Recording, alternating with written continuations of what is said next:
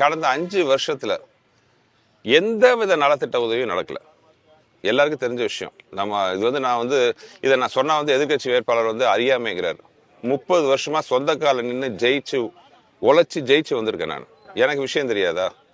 நான் இந்த ஒரு குடும்ப பரம்பரையோட பேர்ல நான் ஜெயிக்கல. நான் என் சொந்த காலில் குட்டிக்காரனை போட்டு கஷ்டப்பட்டு தான் ஜெயிச்சிருக்கேன். ஸோ எனக்கு என்ன விஷயம் தெரியாதா? எனக்கு விஷயம் தெரிய வேண்டாம். மதுரையில் இருக்கிற சின்ன குழந்தைக்கு கூட ஒரு ரோட்டில் நடக்கும்போது மதுரை எந்த நிலைமையில் இருக்குன்னு தெரிய வரும். எங்கே பார்த்தாலும் குண்டு குழியுமா சாலை, அதுவும் இந்த கழிவுநீர் பிரச்சனை பெரிய பிரச்சனையாக இருக்குது. குடி தண்ணீரோட சேர்ந்து கழிவுநீர் வருது.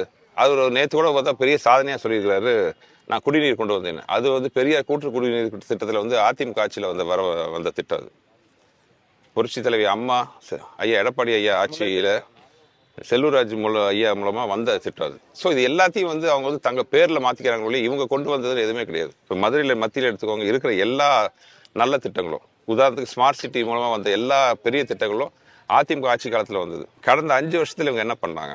எதுவுமே பண்ணல. நான் சொல்லலை. இதை என்னோட எதிர்கட்சி வேட்பாளரே சொல்லியிருக்காரு. 5 வருஷத்துல எவ்வளோ நல்லது பண்ணணும்னு நினச்சேன், என்னால் எதுவுமே பண்ண முடியல.